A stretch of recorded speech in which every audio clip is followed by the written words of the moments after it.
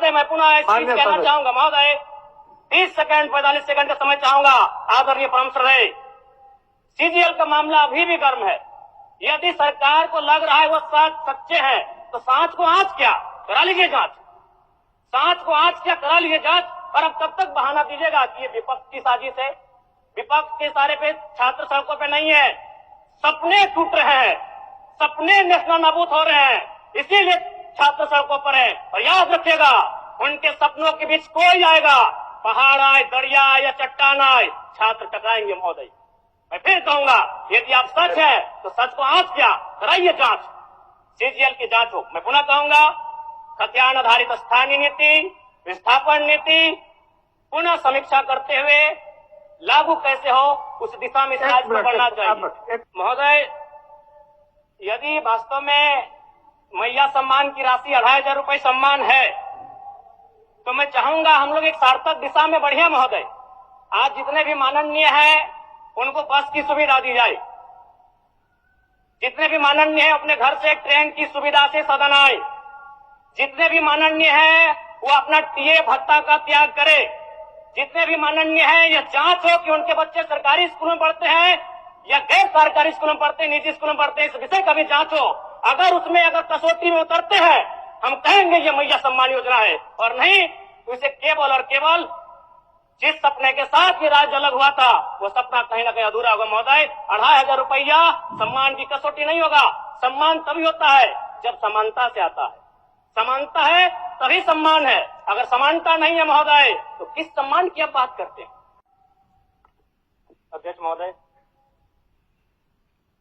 आदरणीय मुख्यमंत्री को दोबारा बहुमत से चुनकर आने के लिए भी धन्यवाद।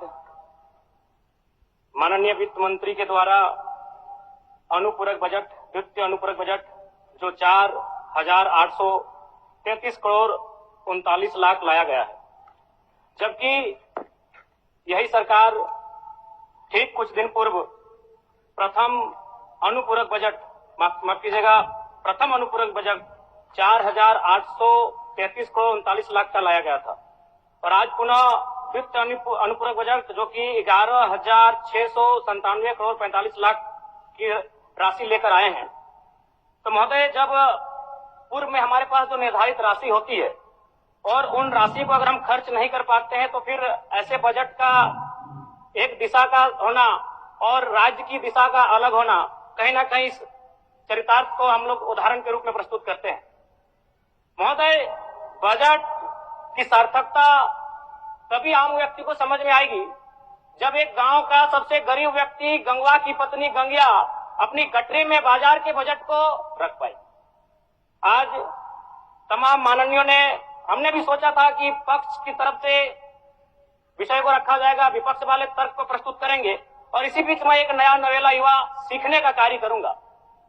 लेकिन मैक्सिमम समय इन्होंने दिशाहीन मुद्दों पे रखा। तो मैं, चूंकि मैया सम्मान योजना मूल बिंदु रही, केंद्र बिंदु रही, किसी ने उसे सम्मान कहा, नारियों का सम्मान कहा, महिलाओं का सम्मान कहा, हम लोग भी महिलाओं के सम्मान के पक्षधर हैं। हमारे एक भाई कह रहे थे कि 2500 रुपए की राशि जब एक स्कूल कॉलेज में पढ़ने वाली बहन को दिया जाएगा तो उससे वो स्कूल कॉलेज कागज, कॉपी, कलम की सामग्री लेगी। मैं कहना चाहूंगा, अगर आप उसे स्कूल कॉलेज जाने से पहले अगर 2500 रुपए देंगे तो उसे आप निकम्मा और आलसी बनाएंगे। यदि आपको उस राशि को देना है तो उसके स्कूल कॉलेज जाने के बाद दीजिए, स्कॉलरशिप के रूप में दीजिए। मैं आज पुनः कहूंगा, क्योंकि आप सत्ता पक्ष में हैं, आप संभवतः अपने इस विषय को बचाएंगे, आप अपना पक्ष रखेंगे कि आपने मैया सम्मान योजना एक महान कार्य किया है। लेकिन मैं फिर कहूंगा, 18 साल, 25 साल, 30 साल की लड़कियों को जो आप फ्री में 2500 रुपए दे रहे हैं, आप उनकी प्रतिभा को हनन कर रहे हैं, आप उनकी प्रतिभा को नकारात्मक दिशा में ले जाने कार्य कर रहे हैं महोदय। मैं इसे आप स्कॉलरशिप का रूप दीजिए।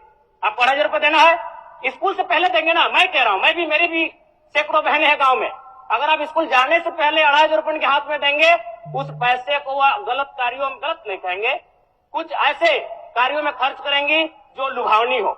स्कूल जाने के बाद, अटेंडेंस के बाद अगर आप देंगे स्कॉलरशिप के रूप में तो वो बहन स्कूल तक जाएगी।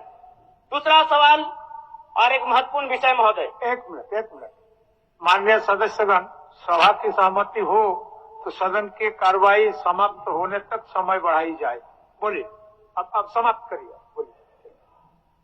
महोदय, यदि वास्तव में मैया सम्मान की राशि 2,500 रुपये सम्मान है, तो मैं चाहूंगा हम लोग एक सार्थक दिशा में बढ़े महोदय। आज जितने भी माननीय हैं उनको बस की सुविधा दी जाए, जितने भी माननीय हैं अपने घर से ट्रेन की सुविधा से सदन आए, जितने भी माननीय हैं वो अपना टीए भत्ता का त्याग करे, जितने भी माननीय हैं यह जांच हो कि उनके बच्चे सरकारी स्कूलों में पढ़ते हैं या गैर सरकारी स्कूलों में पढ़ते हैं, निजी स्कूलों में पढ़ते हैं, इस विषय का भी जांच हो।